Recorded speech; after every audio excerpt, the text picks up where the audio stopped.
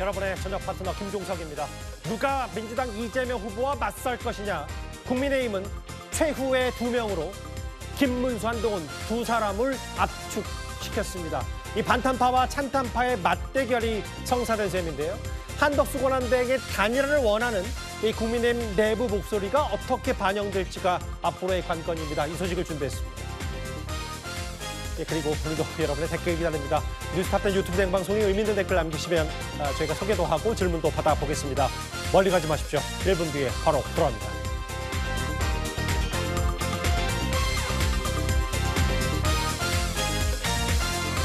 오늘도 뉴스탑10이 자랑하는 뉴스고수 네 분과 함께합니다.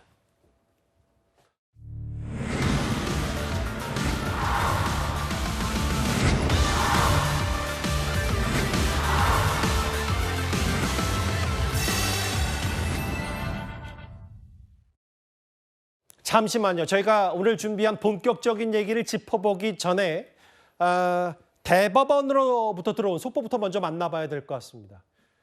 모레면 이번 주 목요일 5월 1일인데 이재명 후보의 선거법 위반 상고심이 오후 3시에 예정이 돼 있습니다. 속보죠. 대법원이 전원합의체로 회부한 지 9일 만에 상고심 선고를 하겠다. 조금 전 들어온 속보입니다. 이재명 후보가 지난 주말에 민주당의 최종 후보로 확정이 됐는데 사법 리스크 중에 하나인 관건인 선거법 위반 이번 주 모레 선고입니다. 이현정 의원님. 네. 이게 뭐 내용도 내용이지만 이 시점이 상당한 파장이 있을 것 같아요. 그렇죠. 이재명 후보가 민주당 후보로 이제 선출됐지 않습니까?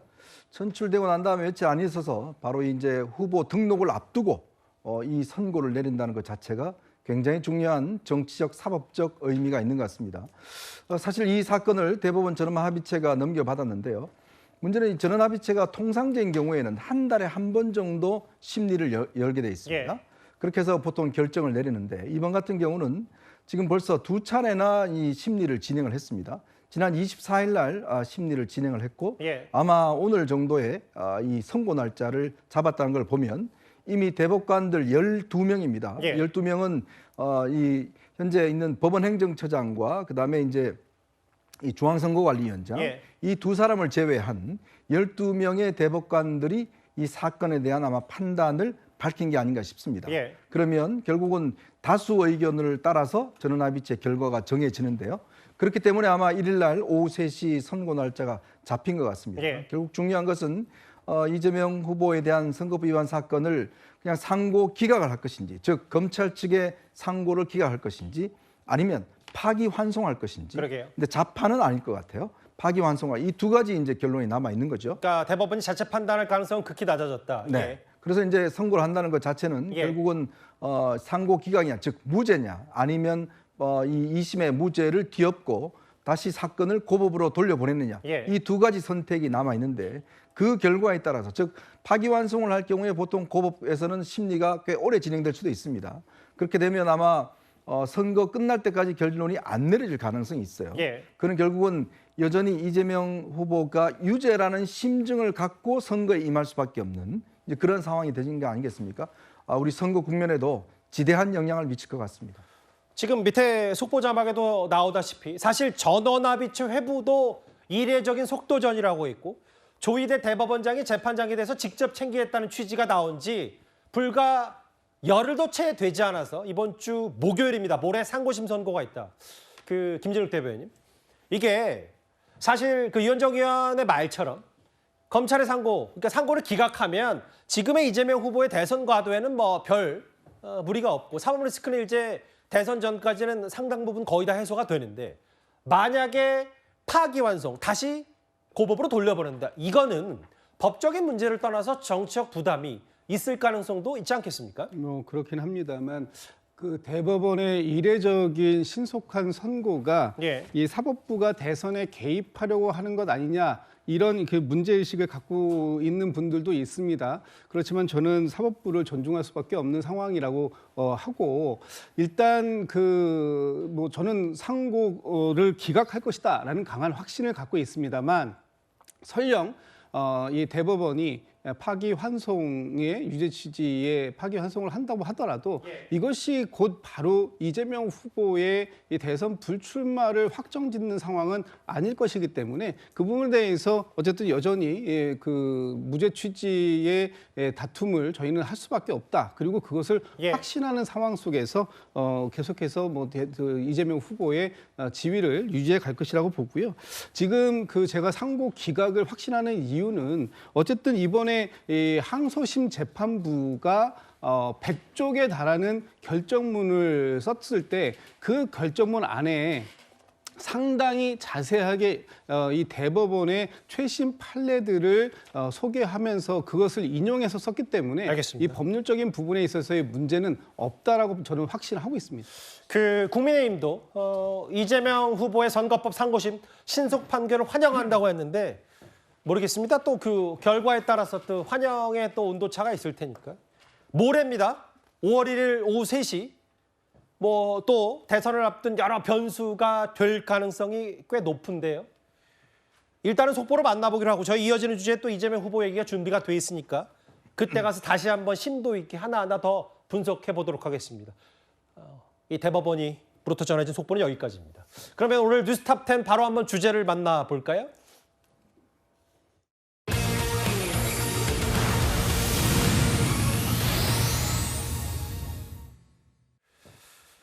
여덟 명에서 4명 그리고 오늘 오후에 이렇게 최후의 2명 김문수, 한동훈 두 후보가 남았습니다. 탄핵 반대파 김문수, 탄핵 찬성파 한동훈 서로를 결선상대로 지목을 했던 두 후보가 결국 결승전을 치르게 됐습니다. 과반 득표자가 없어 3차 경선으로 이어지게 되었습니다. 김문수, 한동훈 최종 경선에는 김문수 후보, 한동훈 후보 두 후보가 진출하게 됐습니다. 우리 홍준표 후보님께서 이루고자 하는 여러 가지 꿈, 제 남은 여정을 다 하도록 하겠습니다. 그 안철수 후보께서도 2018년에는 저와 함께 서울시장 선거에서도 같이 뛰었는데 매우 안타깝게 생각합니다. 한동훈 후보께서 이렇게 저와 같이 마지막 경선을 하게 된 것을 매우 감사하게 생각합니다. 여러 가지로 부족한 저를 응원해 주시고 또 끝까지 도와주신 많은 분들께 진심으로 감사를 드립니다. 제가 홍준표 후보님을 사실 이렇게 개인적으로 대화해 본 게 처음이었어요. 그런데 제가 몇 년만 더 먼저 뵀다면 저는 홍준표계가 됐을 것 같습니다. 안철수 후보님의 통찰력과 열린 마음 정말 놀라웠습니다. 안 선배님의 정치적인 앞날과 그리고 활약을 더 응원드리겠습니다. 김문수 후보님은 제가 장관하면서 여러 차례 뵀는데 저랑 좀 비슷한 면이 있으십니다. 속갯말을 못 감추시더라고요. 앞으로 남은 경선 과정에서 김문수 후보님을 경쟁자가 아니라 동반자로 생각하고 함께 이재명과 싸워 이기는 한 팀이 되겠습니다. 예상대로 과반 득표자는 없었고요. 국민의힘은 후보 순위와 득표율은 절대 공개하지 않았습니다. 이현정 의원님. 네. 김문수, 한동훈 두 사람이 최종 2인이 됐다. 어떤 의미로 받아들이세요? 일단 이제 이번 경선이 처음에는 재미없을 것이다라는 전망들이 있었는데 의외로 이 맞수 토론이라는 것가 처음으로 시도가 되면서 꽤 흥행에 성공한 것 같습니다. 그래서 아마 후보들 간에 어떤 가지고 있는 생각들을 아마 이 많은 국민들이 속속들이 알 수 있는 기회가 됐던 것 같아요. 그게 실질적으로 오늘의 결과에도 저는 직접적으로 영향을 미쳤다라고 보고 있습니다. 그런 걸로 보면 처음에 8명에서 4명으로 컷오프를 할 때 그때 사실 나경원 의원이 탈락을 했지 않습니까? 그때부터 조금의 변화의 조짐이 있었던 것 같아요. 즉 그동안 국민의힘 층에서 탄핵 반대 이런 어떤 움직임들이 꽤 주류적인 움직임이었다면 실제로 이 경선 분위기에서 탄핵에 대한 강을 건너야 된다라는 그런 생각들이 상당히 많이 퍼졌고 그게 실질적으로 안철수 후보를 세운 이제 그러한 과정이었다고 봅니다. 그리고 이 토론 과정에서 결국은 2명씩 나눠졌지 않습니까? 그 나눠진 속에서 결국 한동훈 후보가 가지고 있었던 고정적인 지지층, 그다음에 어떤 이 토론에서의 선전 이 결과가 됐었고, 그다음에 김문수 후보는 본인이 가장 먼저 한덕수 대행을 뭔가 데려오겠다, 그리고 단일화를 하겠다라는 걸 제일 먼저 선포를 했습니다. 즉 김문수 후보 혼자만의 힘이 아니라 그 뒤에 있는 한덕수 대행이라는 그 어떤 뒤에 있는 아우라를 가지고 이번에 경선에 임했던 것이거든요. 예. 근데 반면에 홍준표 후보 같은 경우는 뒤늦게 한덕수 후보에 대한 참전을 이제 이야기를 했고, 그리고 토론 때 굉장히 좀 여러 가지 어떤 실수를 많이 했죠. 키높이 구도 문제라든지, 그 다음에 채널에서 진행된 3시간 연장 토론에서 예. 사실은 좀 선전하지 못했던 그 결과가 결국 오늘의 결과로 나타난 게 아닌가 싶고, 결국 이제 당원들의 입장에서 보면, 자, 이제 이 내부적인 싸움을 넘어서서 누가 이재명 후보와 대결해서 잘 싸울 수 있는가, 이제 그런 걸 전략적 판단으로 저는 넘어가는 단계가 아닌가 그런 생각이 듭니다. 그러니까 전략 면에서 홍준표 후보보다 김문수 후보가 조금 더 당원들의 마음을 살 수밖에 없었다. 김기웅 대변인님. 근데 이게 이 부분이에요. 그러니까 큰 흐름으로 봤을 때 2명까지 좁혀지는 과정에서 나경원 의원을 예상했던 사람들이 많았는데 안철수 후보가 올라갔고, 여기서도 이렇게 모르겠습니다. 김문수, 홍준표 두 사람의 2명 예측을 한 바가 많았다면 당신 민심 5대5니까 뭔가 탄핵에 찬성하거나 일단 윤 전 대통령과 거리를 둬야 된다는 목소리도 좀 커졌다. 이런 표심도 있는 겁니까? 아무래도 이제 요번에 국민 여론 조사를 하고 예. 그다음에 또 당원들에 대한 걸 하는데, 저는 시간이 갈수록 그런 어떤 목소리는 좀 커지지 않을까 싶습니다. 대통령이 계엄을 선포하고 헌재 결정에 대해서 탄핵이 파면이 된 시점이 4월 4일입니다. 예. 그렇다면 오늘이 거의 한 달이 다 되는 시점이고, 앞으로 내일 토론을 통해서 5월 1일과 2일 날 여론조사를 할 수 있습니다. 그렇다면 예. 과거에 비해서 탄핵의 찬반에 머물 것인가, 아니면 이제 조기 대선 국면에서 이길 수 있는 후보를 선택을 할 것인가. 근데 여기서 이길 수 있는 후보가 본선 경쟁력이 강한 후보냐, 아니면 그것도 중요하지만 한덕수 권한대행이 나왔을 때 예. 한덕수 권한대행의 어떤 소위 말해서 케미가 잘 맞아서 예. 단일화를 잘 할 수 있는 사람이 누구인가, 그 두 가지 면이 다 작용될 것 같은데요. 예. 근데 저는 누가 올라갔느냐도 중요하지만 어떤 탄핵의 찬반, 소위 말해서 제3자가 봤을 때, 국민들이 봤을 때 양쪽의 입장을 골라 볼 수 있는, 어떻게 보면 골라 먹을 수 있는 그런 어떤 역동성이나 다양성을 가질 수 있는 구조이기 때문에 이런 측면에서 봤을 때는 국민의힘의 어떤 경선이 흥행 요소를 가지고 있고, 예. 뉴스로서의 어떤 특이성을 가지면서 많은 사람들의 관심과 어떤 주목도를 높일 수 있는 잘된 결정이라고 볼 수 있습니다. 지금 뭐 자막에도 나갑니다만 저희가 물음표를 달 수밖에 없는 게 아직 몰라요. 전혀 모릅니다. 누가 1등인지, 누가 2등인지, 그리고 두 사람의 표 차이가 있다면 얼마인지.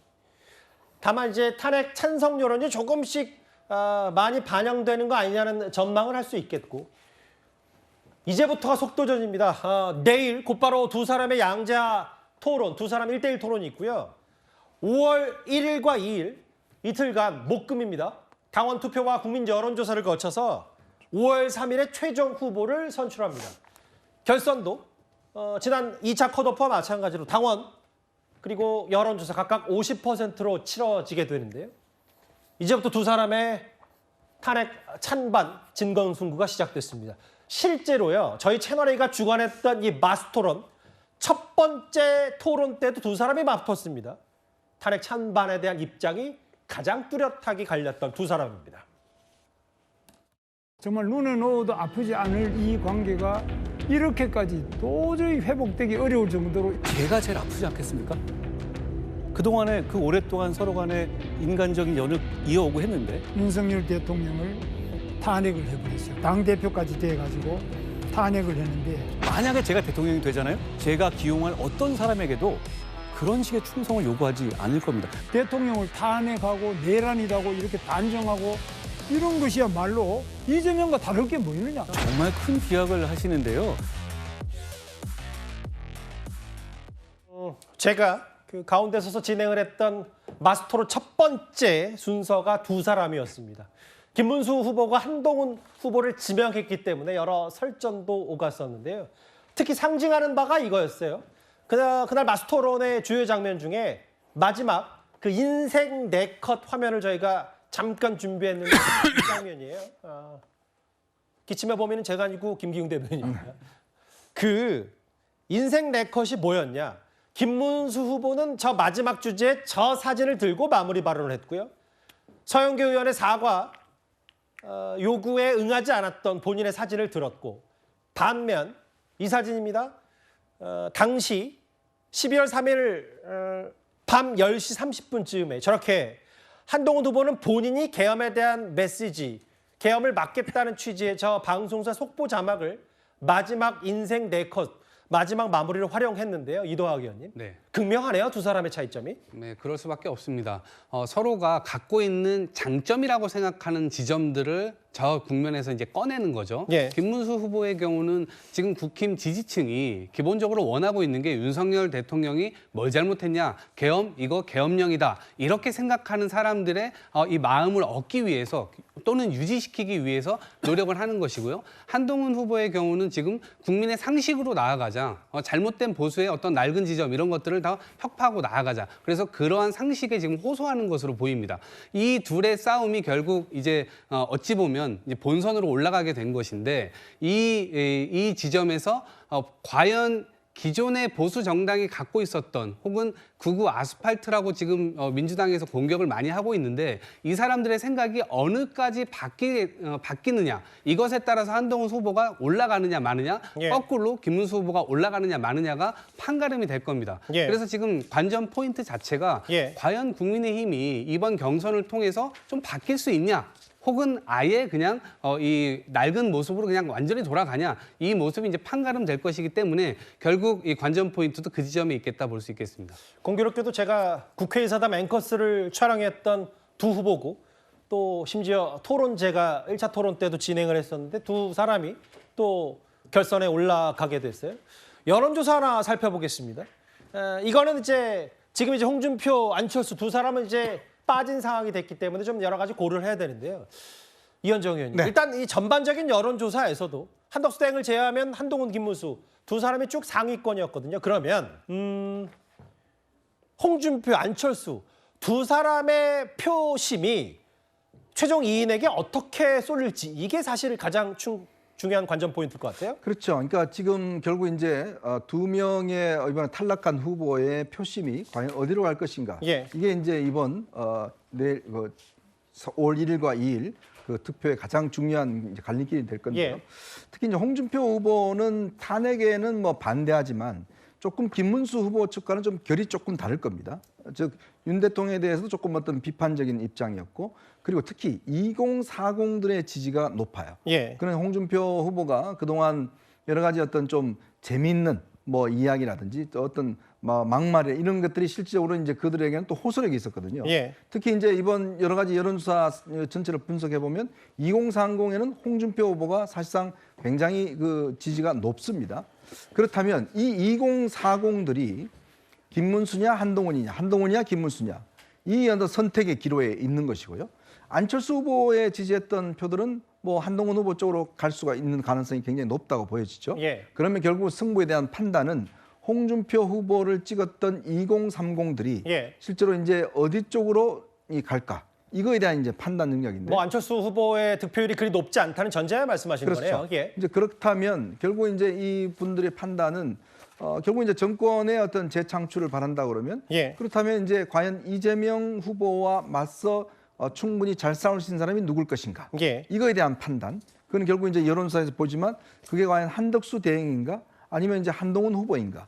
즉 김문수 후보는 사실은 한덕수 대행과 이미지나 여러 가지 면에서 같이 겹쳐 있습니다. 예. 그러니까 두 사람은 동일체라고 봐도 저는 된다고 보거든요. 본인 스스로도 대체제라고 얘기했어요. 네. 김문수 후보도. 이제 그렇기 때문에 뭐 그래서 김덕수라는 이야기도 하지 않습니까? 결국 김덕수와 한동훈의 대결, 이것이 이제 아마 중요한 이번 마지막 경선의 포인트가 되지 않을까 싶습니다. 그럼 결국 홍준표 후보의 지지세가 어느 쪽으로 가야 결승전에 누가 유리할지를 판가름할 수 있다. 그런데 아까 한덕수 대행 얘기도 잠깐 언급하셨지만, 이러나 저러나 한덕수 대행의 출마는 이미 기정사실이 됐기 때문에 본 게임은 이 두 사람도 두 사람이지만 다음 주 한덕수 대행과의 단일화 협상이라는 얘기가 많습니다. 두 사람이 오늘 결승에 올라간 발표 이후에 한덕수 대행에 대해서 어떤 생각을 갖고 있는지 직접 한번 들어보겠습니다. 단일화 필요성은 다 이야기했지 않습니까? 다 있다고. 우리 당 경선을 마친 다음에 마지막 또 하자 이런 분도 있고 뭐 여러 가지 있는데 그 부분은 앞으로 조금 논의됐으면 좋겠습니다. 제가 뭐 여기서 답변 드릴 실력이 없습니다. 고민이 전혀 없는데요. 우리 보수 정치의 핵심은 국민의힘입니다. 국민의힘의 치열한 경선이 룰에 따라서 이루어지고 있죠. 저는 여기에 집중하겠습니다. 경선이 진행되는 과정에서 중간에 단일화니 뭐니 하고 얘기하는 것 저는 공감하지 않습니다. 우리 국민의힘이 보수의 핵심이고 어떤 빅텐트가 꾸려지더라도 당연히 우리 국민의힘 후보 중심으로 이루어져야 합니다. 우리 국민의힘의 당원 77만 이 선택해서 오늘의 결과가 나온 거잖아요. 그런데 일단 당원들의 뜻을 존중하고 시스템을 존중해야 하는 거예요. 대선이라는 게 항상 보면 여러 가지 이합집산이라든가 제세력의 연합이 이루어지는데요. 그런데 그 연합만을 목표로 너무 앞서가면 그건 패배주의적인 생각입니다. 김문수 후보가 사실 시종일관 한덕수 대행에 대한 단일화 적극적으로 얘기했기 때문에 중요한 건 한동훈 후보일 텐데요. 김준일 대변인. 어제도 뭐 권영세 비대위원장과 설전하는 설전도 있었고 패배주의 아닌가 좋아 보이지 않는다고 했고 오늘 최후의 2인에 뽑힌 뒤에도 국민의 후보 중심으로 해야 하고 연합만 목표로 앞서가면 패배주의다.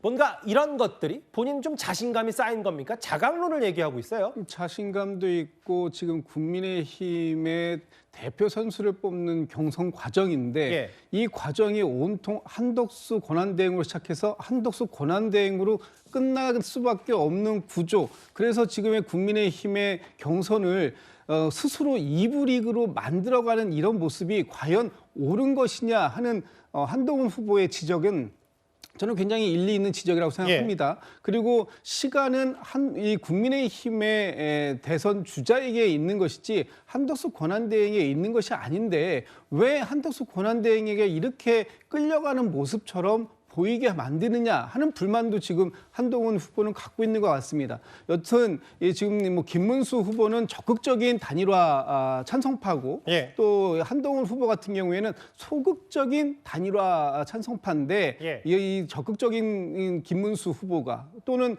소극적인 한동훈 후보가 어느 쪽이 후보가 되든 한덕수 권한대행과의 단일화가 그렇게 아주 원만하게 진행될 것 같지는 않다라는 예상을 좀 해볼 수 있을 것 같습니다. 그 김기웅 대변인 실제로 물론 뭐 앞으로 여러 지난한 과정이 남아있긴 한데 원론적으로는 이게 맞는 거 아니에요? 그러니까 그 연합만 목표로 하면 패배주의고 너무 뭐 한덕수 대행에 대한 생각만 갖고 있으면 아무리 국민의힘 지지자들이 단일화에 대한 열망이 크다고 하더라도 후보가 한 명 정해지고 나서 뭘 해야지 벌써부터 단일화하면 안 된다. 한동훈 후보의 말을 어떻게 받아들이세요?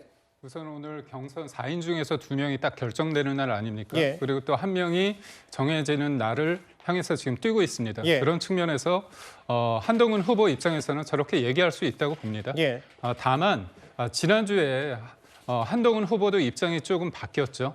그전에는 뭐 테마주 조작 아니냐 그런 예. 식으로 좀 비판을 하시다가 단일화에 대해서 오픈돼 있다 말씀을 하셨습니다. 그래서 저는 한동훈 후보가 가지는 어떻게 보면 우리 안에서 이길 수 있는 후보를 반드시 선출되도록 내가 노력하겠다. 강한 이미지를 저는 주고 있다고 봅니다. 예. 그래야지만 본선 경쟁력을 하고 또 한덕수 권한대행 관련해서 나온다고 하더라도 내가 단일화를 통해서 분명하게 이길 수 있다는 어떤 강한 메시지를 던지기 위해서라도 오늘 상황에서는 경선에서 4인에서 2인이 된 상황에서는 이런 메시지가 전력적으로 맞다고 봅니다. 다만 제가 말씀드리고 싶은 건 뭐냐면 예. 앞서 우리가 봤던 그 여론조사에 의하면 한덕수 권한대행이 11% 그리고 한동훈 후보가 8.5%, 김문수 후보가 7.2%인데 여기에 한덕수의 어떤 표가 4인에 들어가는 건 아니지 않습니까? 예. 그렇기 때문에 한덕수의 표가 누구한테 갈 것인가에 대한 현실적인 고민이 있을 것 같아요. 예. 그렇다면 저는 오늘은 한동훈 후보가 어떤 전략적인 메시지로서 내가 한덕수마저도 이길 수 있는 국민의힘의 어엿한 1등이 될 거라는 강한 메시지를 하겠지만 예. 앞으로의 상황을 봤을 때 여전히 열려 있다라는 좀 오픈된 입장도 보일 것 같습니다. 그러니까 탄핵 찬반 못지않게 저 한덕수 대행에 대한 단일화가 김문수 한동훈 두 사람의 명백한 차이점이고요. 저희 채널A가 어제 저녁에 공개한 가장 최근 민심을 알 수 있는 여론조사 한번 살펴보겠습니다. 뭐 홍준표, 안철수 두 사람은 이제 컷오프가 됐으니 이 두 사람 위주로 집중해 보면 국민의힘의 단일화 시 후보 적합도 김문수 25, 한덕수 54. 한동훈, 한덕수, 한동훈 23, 한덕수 61. 뭐 비교적 차이는 있는데 아직 뭐 한덕수 대행이 참전하기 전 혹은 여러 가지 변수들이 있겠죠. 일단은 현 여론은 한덕수 대행이 4명의 후보 적게는 이제 추려진 2명의 후보와 누가 맞붙어도 단일화해서 우위를 보는 건 현재로서 분명해 보여요.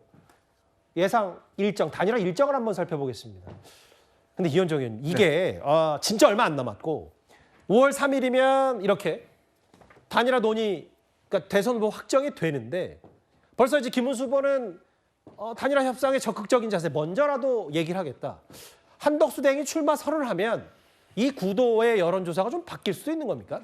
그러니까 이게 지금 이 시간적으로 보면 사실은 이게 단일화하기 위한 시간적인 여유가 저는 거의 없다고 봅니다. 예. 왜냐하면 지금 사실은 이 뭐 한동훈 후보나 김문수 후보는 몇 차례 걸친 토론과 여러 가지 활동을 통해서 일단 당내에서 검증이 됐고 또 그런 당원들의 어떤 뜻에 의해서 뽑힌 후보잖아요. 예. 근데 한덕수 대행은 전혀 그렇지가 않잖아요.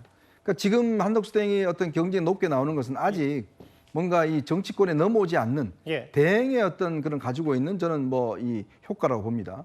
근데 막상 이 한덕수 대행이 이제 정치권으로 들어올 경우에 과연 어떤 명분으로 들어올 것인지 또 어떠한 장점이 있는 것인지 그리고 본인이 가지고 있는 무기는 무엇인지 이 부분에 대한 것들이 검증이 안 됐어요.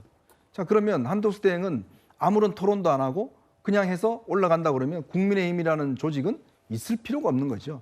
사실은 자신 스스로가 뽑혀진 후보가 아니라 밖에서 온 사람이 한 번도 토론도 안 하고 뭐 여론조사에서 그냥 뽑혀버리면 예. 과연 그 지지층들의 결집도나 이런 게 과연 제대로 되겠는가에 대한 의문이 분명히 있는 거 아닙니까? 또 이 단일화 문제라는 게 제가 여러 차례 단일화 문제 취재를 해봤지만 굉장히 어렵습니다. 이게 뭐냐면 질문 하나, 그다음에 어떤 표본, 여러 가지 문제에서 이 논의할 게 굉장히 많습니다. 예전에는요 시간이 충분했어요. 근데 지금은 시간이 없습니다. 자, 그럴 경우에 예. 예를 들어서 지금 후보가 뽑히면 이 후보는 당무 선거를 가지고 있어요. 그러니까 김문수 후보도 본인이 지금 열심히 한다고 하지만 정작 당 후보가 돼버리면 이게 본인이 이제 당무 선거 가진 당의 모든 권한을 다 가지고 있거든요. 예. 그렇게 될 경우에 과연 쉽사리 이 후보 단일에 임하겠습니까? 저는 그런 면에서 보면 한덕수 대행이 진작 좀 나왔어야 되는데 너무 늦었고 그다음에 너무 시간적으로 이 사실 국민의힘 이 당원들을 좀 무시하는 그런 결정이고 이러한 것들이 걸림돌이 되기 때문에 예. 실제로 그렇게 몰려가다 보면 10일 날이 거의 다 와버립니다. 예. 그러면 결국은 무소속 출마를 할 수밖에 없는데 그 시간을 넘어버리면 그때 되면 저는 아마 단일화는 굉장히 힘들어지지 않을까 싶습니다. 그런데 이제 단일화를 두고 국민의힘 지도부 생각도 좀 각기 다른 것 같아요. 한덕수 대행과의 단일화를 두고 아직 뭐 최종 후보도 뽑히지 않았기 때문에 그 목소리도 저희가 준비를 했습니다. 우리 당 후보가 또 한덕수 총리하고 경쟁에서 누가 이길지는 모르는 겁니다. 그거는 아주 확정적인 사실이 아니기 때문에 그래서 더 국민의 관심을 많이 끌 것이다 이렇게 생각하고 있습니다. 국민의힘은 용병 정당이냐, 대통령 후보를 용병으로만 할 거냐라는 이야기가 나올 수밖에 없다고 생각하거든요. 저는 여전히 국민의힘 경선이 진행되는 과정 속에서 한덕수 대행이 자꾸 이렇게 후보군으로 거론되고 우리 후보들의 트래픽을 그쪽으로 옮겨가게 하는 것 자체는 굉장히 우려스럽습니다. 비판적이기도 하고요. 뭐 잠시 후에 또 한덕수 대행 얘기를 또 깊이 들어가 보겠습니다만 10일 전에는 단일화 1차가 돼야 한덕수 대행이 만약에 실제로 보수 쪽의 대권 주자가 되더라도 여러 선거 자금 지원을 받으니까 이 시점인데 뭐 논의를 진짜 실제로 개시를 3일 할지 말지도 알 수 없고 또 25일까지 가면 너무 시간이 바툴 수밖에 없죠. 다음 화면을 볼게요. 이도학 의원님, 특히 김재섭 의원 같은 경우는 뭐 권성동 원내대표 오늘 더 큰 집을 짓기 위해 단일화 경선도 언급했지만 이거 원샷 경선하면 공정성 시비 당연하고 윤석열 시즌2 지적할 수밖에 없다. 이런 얘기를 했습니다. 그럴 수밖에 없습니다. 지금 국민의힘은 잘 지는 게 사실 중요하거든요. 근데 원칙도 없는 패배가 될 가능성이 굉장히 큽니다. 처음부터 말씀 죄송한데 뭐 네. 잘 지다니요? 너무 진다는 걸 단언하시는 것 그러니까 같아요. 왜냐면 이게요. 원칙 있는 승리가 가장 중요한 것이고 예. 또 그다음에 중요한 게 원칙 있는 패배입니다. 예. 그런데 지금 원칙도 없고 자당해서 경선을 벌이고 있는데 외부 용병을 계속해서 거론합니다. 그것도 예. 지도부가요. 저는 지도부가 도대체 무슨 생각으로 이걸 하고 있는지 예. 잘 모르겠어요. 한덕수 국무총리 어제 이제 경찰에서 발표가 나왔어요. 헌법재판관 지명과 관련돼서 지금 수사 착수했다. 근데 이분은 지금 국회에서 통과된 법도 제대로 이행을 안 하시고 계신 분이고 헌법과 관련돼서도 그걸 지키지 않으신 분입니다. 그렇기 때문에 임기가 끝난 다음에는 바로 수사 대상이 될 겁니다. 그런데 갑자기 느닷없이 대선에 나온다고요? 그러면 이 선거 관리는 또 누가 하죠? 이런 여러 가지 문제점들이 있고요. 그다음에 그러면 2년 반의 이 윤석열 정부 하에서 정말 국무총리로서의 역할을 잘했냐. 예. 자기가 정말 잘했다면 이번에 한 번 더 나와서 한 번 더 기회를 주십시오라고 얘기를 할 수 있지만 예. 그 어떠한 명분도 없어요. 그런 상황에서 계속 이 국민의힘 지도부가 저렇게 이야기를 한다는 것 자체가 굉장히 좀 넌센스한 상황이라고 보여지고요. 예. 장기적으로는 제가 아까 보수 괴멸이라고 말씀드린 건 지금 자꾸 윤석열 전 대통령의 향기가 막 저한테 막 들려오는데 맡아지는데 무슨 거냐면 과거에 우리 부산 엑스포권 있잖아요. 예. 그때도 반드시 우리가 승리한다라는 보고서가 계속 올라갔었다는 거 아닙니까? 그런데 결국 29표 받고 넉다운 됐죠. 뭐 너무 뭐 과거까지 소환하실 필요는 없는 것 같아요. 일단 한덕수 전 말씀하십시오. 국무총리가 뭐 예를 들면 또 이 잼버리 대회에서 화장실 청소한다든지 예. 그러니까 국가 전체에 대해서 뭔가 좀 더 좋은 시너지를 만들어주고 좋은 모습을 보였어야 될 총리의 어떤 상황으로서는 도저히 국민들이 이것을 인정할 수 없다라는 생각이 오히려 강하게 들기 때문에 예. 도대체 왜 이런 식으로 드리블을 하는지에 대해서 지켜보는 입장에서 좀 이해할 수가 없습니다. 예. 네, 잘 지는 게 중요하다는 그 말씀, 뭐 저희가 잘 지적을 받을 수도 있지만 민주당에서는 이미 이긴 것처럼 저렇게 오만스러운 게 국민들한테 어떻게 비춰질지 모르겠습니다. 한덕수 권한대행에 대해서 탄핵을 시켰죠. 내란 동조 혐의로 이렇게 했지만 어떻게 됐습니까? 헌재 예. 결정에서 기각이 됐습니다. 지금 민주당에서 이렇게 이동학 의원처럼 훌륭하신 분이 이렇게 극하게 강하게 반대하는 거 보면 의식하고 있다는 거 아닙니까? 한덕수 권한대행이 나오게 된다면 예. 이른바 판이 바뀌는 겁니다. 끊임없이 내란 종식 프레임을 했지만 윤석열 전 대통령이 정치적 책임을 지고 파면까지 됐습니다. 언제까지 내란할까요? 알겠습니다. 결국은 경제 프레임, 그다음에 통합 프레임에 있어서 이재명 후보가 입을 수 없는 옷, 그 옷을 한덕수 권한대행이 입을 수 있다는 그런 어떤 두려움이 있지 않은가 싶습니다. 그 탄핵 찬성파인 한동훈 그리고 반대파인 김문수 두 사람의 진검승부가 이번 주 안에 치열하게 펼쳐질 국민의힘의 최후의 2인입니다. 그런데 그러면 홍준표, 안철수 두 사람 오늘 경선에 참여한 마지막 소감도 준비도 했는데 한번 듣고 오겠습니다. 지난 30년간 여러분의 보살핌으로 참 훌륭하게 그리고 깨끗하게 정치 인생을 오늘로서 졸업하게 돼서 정말 고맙습니다. 이제 시민으로 돌아가겠습니다. 자연인으로 돌아가서 좀 편하게 살도록 하겠습니다. 이번 대선에서 저희 역할은 여기까지입니다. 2강에 진출하신 두 후보님 진심으로 축하드립니다. 그리고 함께 경쟁하셨던 홍준표 후보님 정말 수고 많으셨습니다. 오늘 저는 국민과 당원의 선택을 겸허하게 받아들입니다. 정권 교체 이루는데 제 힘 바치겠습니다. 진심으로 감사드립니다. 홍준표 전 시장의 말을 있는 그대로 들어볼게요. 지난 30년 정치 인생을 졸업한다. 자연인으로서 돌아가 편하게 살겠다. 근데 이현정 의원님, 뭐 네. 저만 그렇게 느낀 건 아닌 것 같고 뭔가 황우여 선관위원장이 발표할 때부터 뭔가 홍준표 전 시장은 본인의 탈락을 좀 예견한 듯한 느낌도 좀 받았었던 것 같은데 이미 여러 가지 생각들을 좀 미리 준비한 듯하고요. 어떻게 받아들이셨어요? 저도 이제 며칠 전부터 홍준표 후보의 어떤 발언이나 움직임이 조금 심상치 않다는 걸 느꼈어요. 아마 그게 이제 채널A 토론이 끝나고 난 다음에 본인이 이제 마지막 본인의 어떤 이 소망이니까 그걸 좀 지지해달라는 읍소 뭐 이런 것들을 이제 많이 SNS 낸 걸 통해서 이야기했지 않습니까? 그게 전형적인 이제 좀 뭔가 불안감을 느낄 때 하는 것이거든요. 자신감이 떨어졌을 때 아마 그 캠프 측에서도 꽤 그런 움직임이 있었던 걸로 저는 보여집니다. 며칠 전에 아마 홍준표 후보가 이제 그 이 홍대 앞에서 이제 즉석 버스킹을 하는데 예. 그 현역 의원들이 한 명도 보이질 않더라고요. 그 모습을 보면서 아 이게 지금 뭔가 캠프가 뭐 힘이 있으면 의원들도 많이 나오고 이제 으쌰으쌰 했을 텐데 이제 그러지 못한 면들을 보면서 아 본인이 어떤 힘이 딸리는구나라는 느낌들이 지울 수가 없는데 제가 홍준표 시장의 정계 입문 때부터 그때 이제 취재를 쭉 해왔습니다. 모래시계 검사에서 들어와서 참 이 많은 것들을 해냈죠. 지금 뭐 안 해본 것이 없이 다 해냈고 마지막에 이제 총리를 한번 해보겠다고 윤석열 전 대통령과 이제 하다가 못했고 이제 마지막 이제 도전이었지 않습니까? 세 번째 이제 도전이거든요. 직접 올라간 것은 이제 두 번 정도, 한 번 정도 되나요? 근데 결국 이제 아마 본인이 이번에 과정을 겪으면서 힘의 역부족을 많이 느낀 것 같아요. 그러니까 토론 과정을 통해서 일단 여러 가지 이슈에 대해서 본인이 꿰뚫고 있지 못한 부분들 그리고 딴 사람한테 물어보라든지 뭐 이런 지적들이라든지 이제 뭔가 어떤 이 본인의 한계점을 느꼈지 않을까. 그런데 이제 아주 좀 저는 의외였던 게 오늘 이제 정계 은퇴와 더불어서 탈당까지 했습니다. 맞아요. 아마 그거는 제가 볼 때는 홍 후보가 이번에 느끼면서 이 한덕수 대행에 대한 영입 문제에 굉장히 마음이 상하신 게 아닌가 싶어요. 그런 것들이 왜 당에 있는 사람을 뭔가 해주지 못하고 왜 끊임없이 처음에 굉장히 비판적이었잖아요. 예.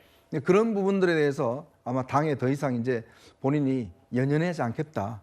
아마 이런 생각도 좀 들지 않았을까 싶습니다. 그러니까 이현정 의원 말씀은 오세훈 시장의 불출마도 사실 한덕수 대행 차출론과도 관련이 있다면 있는데 그렇죠. 그런 것도 홍 전 시장 입장에서 영향을 받았고 모르겠어요. 본인의 뭐 여러 생각들 뭐 여러 부족함을 절감해 쓴 것보다 외부에 대한 이런 부분도 본인의 여러 이런 판단, 정계 은퇴와 관련이 있을 것이다. 오 시장이나 홍 전 시장 같은 경우는 당에서 키워진 사람들이잖아요. 근데 그분들이 갑자기 한덕수 대행 출마론이 나오니까 당에 있는 의원들이 다 그쪽으로 쏠려가고 뭐 이런 분위기를 보다 보니까 내가 이 당에 과연 있어야 될 것인가? 이 부분에 대한 회의가 굉장히 많이 들었지 않았을까? 아마 오 시장이 이번에 불출마 선언한 것도 굉장히 아마 당에 대한 회의감이 있었던 것으로 알고 있습니다. 그러면 본인이 최근에 어젠가요? 본인 유튜브를 통해서 과거 10수년 전 한나라당 시절의 대선 출마 당시의 영상을 본인 유튜브를 통해 올린 게 있습니다. 그 모습 오랜만에 저희도 한번 보겠습니다. 홍준표 찍어줘봐요. 불안해할 거 없습니다. 25년 동안 내 자신 관리하고 마누라 먹어서 91년 3월부터 난 술집에도 못 간 사람이에요. 홍준표는요 일도 잘하고 흠도 없고 거기다가 말도 잘합니다. 여러분 무하려고 흠 있는 후보 선택해서 한마른 대선을 또 치르려고 하는데 그것이 안타깝다. 대한민국 최초의 정민 대통령이 되겠습니다. 깨끗한 대통령이 되겠습니다. 홍준표를 기억해 주시기 바랍니다. 당시에는 이제 이명박 전 대통령과 박근혜 전 대통령이 치열하게 맞붙었지만 당시 홍준표 전 시장도 출마를 했었고 과거 영상을 본인 유튜브 채널에 올린 것도 여러 의미가 있을 거예요. 김문수 후보는 왜 지금 정계 은퇴를 하지 말라라는 SNS 글도 올렸더라고요. 그러니까 오세훈 시장이 불출마 선언을 하면서 나 아니면 안 된다는 그런 오만이 당내 횡행하고 있다. 그래서 멈춰야 할 때가 있다. 멈출 용기가 필요하다. 그런 얘기를 하면서 불출마를 했습니다. 그러면서도 당내 어떤 정권 대선 승리를 위해서 마중물 역할을 한다고 말씀을 하셨는데요. 홍준표 후보 같은 경우도 진짜 저도 보면서 마음이 좀 짠하다고 할까요? 그만큼 열심히 최선을 다해서 30년 동안 달려왔기 때문에 지금은 시민으로 자연인으로 내가 조금 편하게 살도록 하겠다. 이 말이 그만큼 내가 열심히 살았다. 이 당을 위해서 열심히 했다고 했는데요. 저는 그렇지만 저희가 어떤 승리가 필요한 만큼 우리 홍 시장님께서, 홍 후보님께서 오늘의 이 마음 아프고 그다음에 허한 마음을 조금 추스르시고 탈당이 아니라 더 큰 승리를 위해서 맨 앞에 계시기를 하는 저도 한 명의 당원으로서 그런 바람을 전해봅니다. 정계에 뭐 이만한 캐릭터, 풍은하러까지 불렸던 홍준표 후보, 홍준표 전 대구시장이 오늘 최종 2인에 들지 못하면서 정계 은퇴와 탈당까지 선언을 했습니다. 한동훈, 김문수 두 명, 한동훈, 김문수, 한동훈 두 명으로 압축된 국민의힘 경선 레이스를 저희가 한번 첫 번째 주제를 짚어봤고요. 다음 주제는요. 어제도 제가 강조했지만 이제 보수 쪽에서는 앞으로 운명의 열혈이 될 겁니다. 다음 주제 바로 가보겠습니다.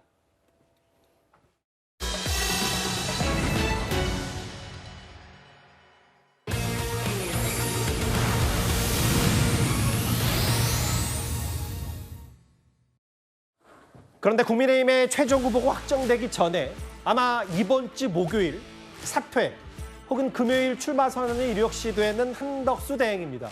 오늘 사실상의 마지막 국무회의를 주재한 듯합니다. 화면을 만나보겠습니다.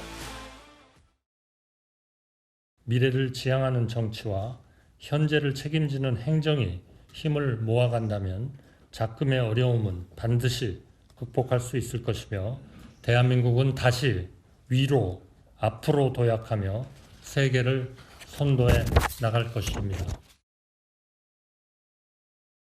뭐 듣기에 따라서는 국무회의 때 대통령 권한대행으로서 원론적인 얘기를 할 수도 있는데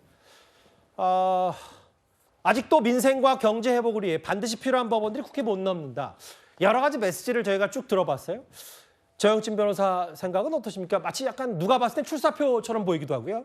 뭐 그렇게 볼 수도 있는데 일단 제 개인적인 생각으로는 한덕수 권한대행 입장에서는 만감이 교차하지 않을까 그런 생각이 듭니다. 왜냐하면 제가 생각해 보니까 한덕수 총리만큼 국무회의에 국무위원으로서 그렇게 많이 참석하셨던 분이 몇 명이나 있을까? 제가 봤을 때 한덕수 권한대행은요. 그 경제부총리도 했죠. 국무총리 2번이나 했고 그런데 국무총리로서는 마지막 국무회의 아니겠습니까? 그러니까 이런저런 생각이 많을 것 같다는 그런 생각이 들고 그다음에 윤석열 정권의 유일한 국무총리 아니겠습니까? 유일한 국무총리로서 이런저런 국정을 했는데 그런데 예컨대 야당이 건전하게 비판하고 건전하게 견제하고 그다음 건전하게 대안을 제시하고 그랬으면 모르겠는데 누가 봐도 이거는 발목 잡기 그런 것들이 너무너무 많지 않았습니까? 그런 것들에 대한 회한이 있었을 것이고 거기에다가 이제 출마할 그 마음까지 굳혔으니까 그러니까 앞으로는 이런 것들이 없어야 되겠다. 여기에 대한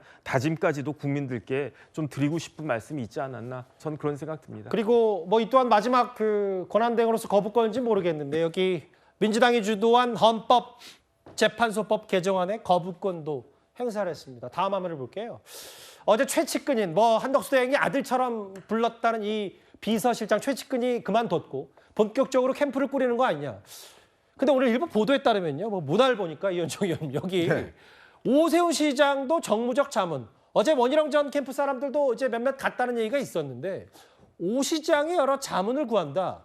그럼 이 얘기는 입당 시점이 뭔가 캠프를 제대로 한번 꾸려보겠다는 의지의 표명 아닌지 뭐 이런 건 아닌지 모르겠어요. 그러니까 이게 지금 오 시장하고 이제 한덕수 대행 같은 경우는 제가 알기로는 지난 4월 4일 윤석열 대통령이 파면된 이후에 오 시장이 이제 출마 준비를 하면서 이 한덕수 대행을 만나서 여러 가지 이야기를 나눴던 것으로 알고 있습니다. 당시 한덕수 대행은 절대 나가지 않는다라는 이야기를 확신을 주면서 오 시장이 열심히 뛰라라는 이야기를 했다는 거죠.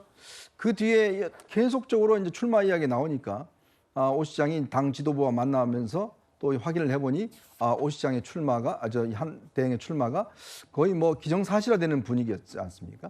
그게 이제 불출마할 수 있는 하나의 계기가 됐는데, 근데 그러다 보니 이제 그 과정에서 아마 이제 한 대행은 당의 요구라든지 뭐 주변의 요구라든지 이런 것 때문에 이제 출마 결심을 해 나가는데 이제 문제는 본인이 단기 필마로 나올 수 없지 않습니까? 뭔가 주변에 도와주는 사람이 있어야 되는데 그러기 위해서는 지금 현재 가용될 수 있는 캠프가 결국 오세훈 시장이 가지고 있었던 그 인력 풀밖에 없는 거죠. 그래서 아마 요청을 했는데 오 시장이 이제 거절했다는 이야기가 있습니다. 왜냐하면 지금 경선이 진행 중인 상황에서 할 수가 없다라는 뜻이고 아마 이제 한덕수 대행 입장에서는 최소한 이게 별도로 꾸리려면 제가 볼 때는 한 3, 40명 정도 되는 풀이 있어야 돼. 인력 풀이 있어야 돼요. 적어도. 대선을 하려면 그 정도 없으면 기본적으로 움직일 수가 없습니다. 그런 상황인데 문제는 그렇게 되면 이게 지금 짧은 시간이잖아요. 그러면 국민의힘에 입당해버리면 뭐 문제는 별로 없는데 예. 그럼 별도로 하겠다 그러면 이거는 무소속 출마도 염두에 두는 거거든요. 그럴 경우에 그러면 그 막대한 돈과 조직과 이건 어떻게 할 것인지.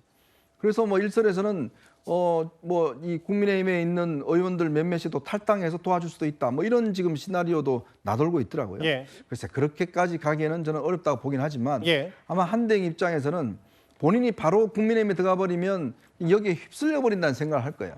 자기만의 캐릭터와 자기만의 특장점을 보여주기 위해서는 뭔가 독자 행보를 일정 정도 해야 되는데 예. 문제는 지금 시간이 녹록지 않다는 거죠. 지금 뭐 벌써 지금 오늘 29일이고 지나면 이제 5월 한 1, 2일 정도에 나와야 되는데 그렇죠. 나와서 그 다음 주에 뭐 가면 뭐 이게 시간이 없지 않습니까? 예.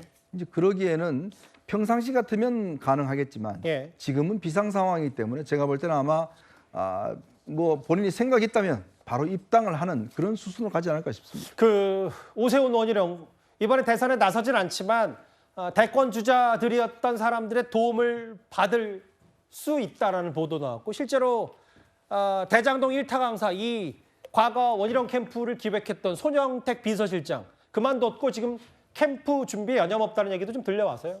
그럼 달력을 다시 한번 볼게요. 이거는 이 달력은 국민의힘의 그 경선 과정 레이스의 달력이 아니라 한덕수 대행의 달력입니다. 목요일에 정말 사퇴하고 5월 2일 출마 선언을 하면 이 부분이 사퇴 마감일까지는 됐는데 문제는 그러면 이 다음 주 내내 입당을 타진하는 게 아니라 이른바 한덕수 캠프 자체적으로 뭔가 바로 입당하지 않을 가능성이 높아진다 이렇게 볼 수 있는 겁니까? 근데 문제가 좀 전에도 말씀이 나왔습니다만 한덕수 권한대행에게는 제일 중요한 시간이 없습니다. 5월 10일, 5월 11일까지 중앙선거관리위원회에 대선 후보를 등록해야 되는데 예. 이제 문제는 한덕수 권한대행이 국민의힘에 입당을 해서 단일화를 치르게 되면 그것이 어떻게 단일화로 인정받을 수 있겠는가. 지금 국민의힘에서는 8명이 4명으로, 4명이 2명으로, 2명이 또 1명으로 이런 3차 경선까지 치러서 최종 후보를 선출해 놨는데 예. 거기에서 갑자기 불현듯 부전승으로 올라온 한덕수 권한대행과 다시 한번 최종 결승전을 치러야 된다라는 것을 과연 국민의힘에서 그 경선을 치른 후보들이 인정할 수 있을 것인가? 이 정도의 특혜까지 주고 과연 한덕수 권한대행에게서 무엇을 얻고자 하는 것이냐라는 얘기가 나올 수밖에 없는 것이고요. 예. 이런 비판들을 피하고자 5월 11일 이후에 후보를 등록하게 되면 예. 이제는 국민의힘의 기호 2번을 쓸 수 없는 상황이 됩니다. 무소속으로 출마하는 것이죠. 그렇다면 국민의힘에서는 어떤 선택을 할 수 있는가라는 것이 첫 번째 문제고 두 번째는 지금 과연 몇 명의 사람들을 가지고 실무적으로 캠프를 구성할 수 있는지 예. 그리고 더 중요한 거는 단일화 협상팀이에요. 단일화 협상을 누가 할 것인가 그 부분을 맡아서 할 수 있는 사람들이 국민의힘의 현역 의원들은 아닐 텐데 예. 그렇게 되면 지금 현재 국무총리실에 있었던 보좌진들 몇 사람들이 과연 이 정치적 협상의 경험들이 일천할 텐데 과연 그 협상을 성공적으로 이끌어낼 수 있을지 지금 한덕수 권한대행은 먼저 들어가서 단일화를 하는 상황도 좀 애매하고요. 또 그 이후에 단일화 이후에 들어갈 수도 없는 그런 진퇴양난의 상황에 빠질 가능성 이것이 훨씬 더 높다고 보여집니다. 근데 중요한 건 한덕수 대행 뒤에는 일단 본인이 믿는 구석은 아마 여론일 테고 저희 채널A가 의뢰한 여론조사 국민의힘 지지층을 상대로 한 한덕수 대행 출마해야 된다 81.2 하지 말아야 된다 13.9 정영진 변호사님. 네네. 생각보다 압도적인 수치가 나왔어요. 뭘 의미하는 겁니까? 그건 뭐 당연한 거 아니겠습니까? 지금 대선 구도는요. 이재명 후보가 골리앗이라고 하면 그 국민의힘 후보는 뭐 제대로 그런 분이 없지 않습니까? 그런데 만약에 다 그 한덕수 권한대행이 출마해가지고 표가 분산이 된다라고 하면은 제가 봤을 때는 이길 확률이 전혀 없어요. 국민의힘의 후보가 누가 됐든지 간에 그다음에 한덕수 권한대행도 이렇게 표가 분산된 상황에서는 승리할 가능성이 있다라고 생각을 하겠습니까? 그렇다라고 하면은 차라리 한덕수 권한대행이 나오지 않는 것만 못하지 않겠습니까? 예. 그러니까 누가 보더라도 이 부분에 있어서 단일화는 당연한 거고요. 예. 이렇게 단일화를 하면서 표를 흔들어야 마치 다윗이 그 돌멩이로 골리앗을 쓰러뜨린 것과 같은 그런 효과라도 기대할 수 있는 것이 아닌가. 이게 국민의힘 지지자들의 대부분의 생각이 아닐까 싶습니다. 어제 저희가 그럼 단일화 방식 뭐 입당은 바로 안 한다고 하면 입당을 안 하더라도 무소속 신분에서는 뭔가 단일화가 있다면 그 조율 과정이 방식일 텐데요.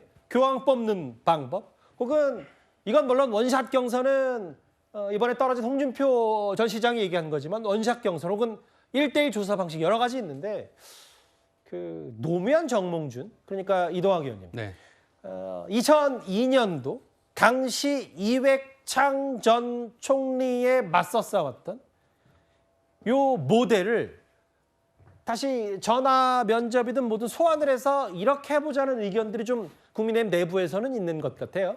그러니까 저 모델은요, 기본적으로 그 두 분이 검증되는 과정을 거쳐서 일정 부분의 국민들 소구력이 있었던 때였습니다. 예. 그렇기 때문에 그것이 시너지가 나는 거죠. 그런데 저는 한덕수 국무총리의 경우는 지금까지 숨어있는 관료의 역할을 해왔기 때문에 정치적으로 투명하게 이 검증된 바가 없습니다. 어떤 경선 방식으로 하든지 간에 지금 여론조사 방식으로만 하게 되면 저거는 깜깜이 경선이 될 가능성이 크고요. 저는 한동훈 대표나 혹은 김문수 후보나 누군가와 토론을 하게 될 경우에 한덕수 국무총리의 이 쌩얼이 나오게 되면서 굉장히 많은 사람들이 실망을 하게 될 거라고 봐요. 그러니까 쌩얼이라고 표현하는 거 순화하자면 일종의 뭐 토론 기술과 뭐 대통령 준비 이런 거 말씀하시는 거잖아요. 그렇죠. 저분의 어떤 비전이라든가 경제 정책은 뭐지? 국방 정책은 뭐지? 앞으로 외교는 어떻게 되는 거지? 저분에 대해서 그런 방식으로 검증을 해본 바가 없습니다. 사생활 분야는 당연한 것이고요. 그렇기 때문에 이것이 과연 그냥 여론조사 방식으로 경선을 하게 될 경우에 국민들에게 이 후보에 대해서 정확하게 알려줄 수 있는 의무가 있어야 되는데 정당으로서는 그것을 그냥 눈치고 그냥 넘어가게 되는 결과가 되거든요. 그렇기 때문에 훨씬 더 전 본선에서 취약해지는 결과를 초래하게 될 것이다라고 봅니다. 20여 년 전에 노무현, 정몽준 두 사람의 단일화 모델을 이번에 참고할 필요가 있다. 이건 뭐 조금 뭐 더 나아간 얘기가 있을 수도 있지만 뭐 그럼에도 지금 국민의힘 내부가 이미 한덕수 대행의 출마를 기정사실화했고 2명으로 압축됐고 특히 김문수 후보 같은 경우는 지금 쌍수 들고 본인이 먼저 단일화를 추진하겠다고 얘기하고 있기 때문에 여러 가지 얘기들이 나오고 있습니다. 그런데요, 어제 저희 채널A가 단독으로 보도한 얘기가 있습니다. 바로 출마 후에 한덕수 대행과의 단일화를 시사한 이낙연 전 총리입니다. 오늘 오전에 제가 이제 국회의사담 앵커스에서 직접 이낙연 전 총리를 만났는데요. 한덕수 대행의 과거 도움을 받을 뻔했다. 이제껏 알려지지 않았던 뒷얘기를 하나 꺼냈습니다. 3, 4년 전에 4년 전쯤 될까요? 제가 대선을 위한 당내 후보 경선을 막 시작할 무렵에 저를 도우시려고 했었어요. 지금 이재명 후보와 당내 경선했을 때? 이거 처음 듣는 얘기네요. 그런데 제가 이제 좀 부진해지고 나중에 보니까 거기 가셨더라고요. 윤석열 정부의 초대 국무총리가 된 거고. 좀 놀랬죠. 김대중 정부 때 통상교섭본부장 경제수석, 노무현 정부 때 경제부총리 국무총리, 이명박 정부 때 주미대사 무역협회 회장, 그런 분이 무슨 개인의 욕심 때문에 출마를 고민하거나 그러지는 않을 거라고 봐요. 내란 정권의 인재 아니냐? 혹은 그걸 방관하고 동조했다. 이런 평가 절하는 적절하지 않다고 보시는 거네요. 좀 지나친 면이 있다. 구체적으로 뭘 했던가. 민주당 정부 때 경력을 많이 쌓았던 분이고 함께 일했던 분이라는 것이 있고요. 바닷물은 짜지만 물고기가 짠 건 아니잖아요. 바닷물이 짜다고 물고기까지 짠 건 아니다. 일단 계엄 그 인물 선포 때 막점 맞고 있었던 인물이긴 하지만 모든 걸 윤 전 대통령과 동조한 건 아니다는 취지 얘기예요. 이현정 의원님. 네. 저 오늘 이거 이낙연 전 총리로부터 처음 들었어요. 본인이 한창 이재명 후보와 맞붙었던 4년 전 민주당 대선 경선 당시에 한덕수 당시 이제는 잠시장 강요를 떠났을 때 나를 도우려 했다. 이게 단순히 이낙연 전 총리가 뭐 개헌을 고리로 한 단일화를 시사하는 게 아니라 그만큼 가치가 비슷하다. 뭐 이런 얘기를 하고 싶었던 것 같습니다. 굉장히 중요한 아마 인터뷰를 하신 것 같은데 저게 바로 이제 지금 한덕수 대행이 가지고 있는 정체성에 대한 문제로 확대될 수가 있습니다. 정체성이요? 왜냐하면 지금 한덕수 대행은 여러 보수 진보 정권을 다 거쳐왔어요. 예. 불과 윤석열 정부에서 총리로 선택되기 전에도 이낙연 전 총리를 도우려고 했던 분 아니겠습니까? 그러면 보수 지지자들 입장에서는 저분이 과연 우리 편이 맞나? 보수가 맞나에 대한 어떤 의문점이 있을 것이고 그리고 지금 정대철 헌정회장이 지금 여러 가지로 돕고 있다는 거 아닙니까? 예. 그럼 정대철 헌정회장도 민주당 분이에요. 자, 그러면 한덕수 대행을 세우려고 하는 지금 어떤 세력이 사실상 어떤 면에서 보면 좀 민주당 쪽에 뿌리를 둔 그런 분들이라는 거죠. 그러니까 이게 아마 한덕수 대행이 이제 이 대선 출마를 선언하면 꽤 논란의 여지가 될 겁니다. 왜냐하면 이분이 이제 그 민주당과 이쪽에도 계속 정권에 참여하고 있었고 예. 그렇다면 지금 보수 정권에서 그럼 후보로 내세울 때 그럼 이 이낙연 전 총리를 그렇게 도우려고 했던 분인데 총리로 오면서 이제 갔다는 거거든요.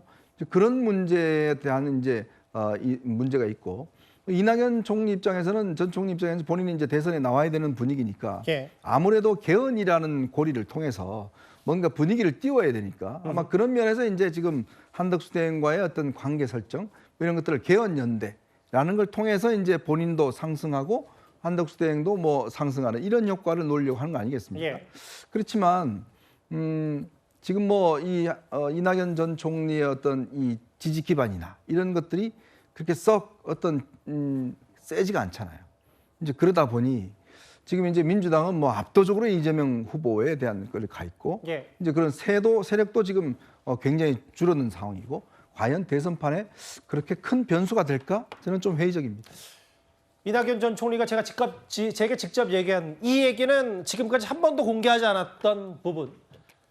그리고 뭐 윤석열 정부의 마지막 총리고 가장 이 마지막 이력은 한덕수 총리에게는 윤석열 정부이기 때문에 이게 일단 반명 빅텐트, 그랜드 텐트 뭐 이런 부분에 아마 공감대가 있는 듯합니다. 근데 일단 그 한덕수 대행의 출마 여부는 잠깐만 접어두더라도 이낙연 전 총리 이런 행보에 대해서 민주당 사람들이 꽤 거센 비판을 쏟아부었습니다. 화면을 만나봤습니다. 한덕수 권한대행이 대선에 출마하는 모양입니다. 이낙연 전 국무총리도 출마를 준비한다고 합니다. 향후 당신의 행보를 지켜봐야겠습니다만 내란 세력들과 함께 반 이재명 연대를 만들 것이다 하는 관측이 나옵니다. 그럴 리 없다고 믿습니다. 당신의 인생을 송두리째 부정하고 국민을 정면으로 배신하는 짓이기 때문입니다. 정치적 무덤에 들어가는 거의 그런 행태인데 선거 때 되면 다들 제정신이 아니잖아요. 일종의 이제 서운병. 보통 감옥에 있을 때 서운병이 많이 들거든요. 나한테 편지 한 통 안 하네. 이 서운병은 참 치유하기가 어렵습니다. 이게. 확증 편향 그 이후의 단계를 감정 독재 상태라고 그러는데 거의 그런 상태이죠. 뭐 비판을 할 수 있는데 저 김준일 대변인 아예 이낙연 전 총리에게 제정신이냐 여생을 조용히 살아라라는 표현까지는 좀 너무 과한 건 아닌지 모르겠습니다. 글쎄 뭐 이낙연 전 총리가 지금 한덕수 권한대행과 어떤 관계를 맺어갈 것인가 하는 부분에 대해서는 전적으로 이낙연 전 총리의 뭐 판단일 수 있습니다. 그러나 한때 민주주의 진영에서 또 민주당의 당 대표를 역임하셨고 민주진영에서 중요한 역할들을 많이 하셨던 분이 정상적인 판단을 하실 것이다.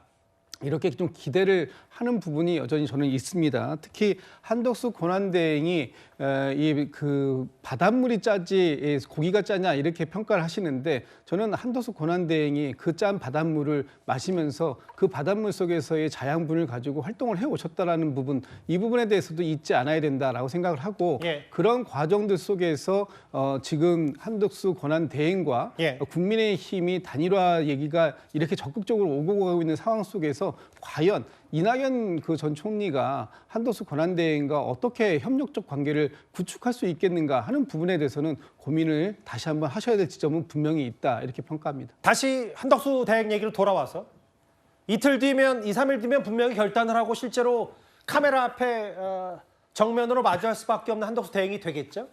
이미 정치권에서는 이낙연 전 총리의 연대설을 넘어서 빅텐트, 이른바 하버드 동문 연대설까지 나오고 있습니다.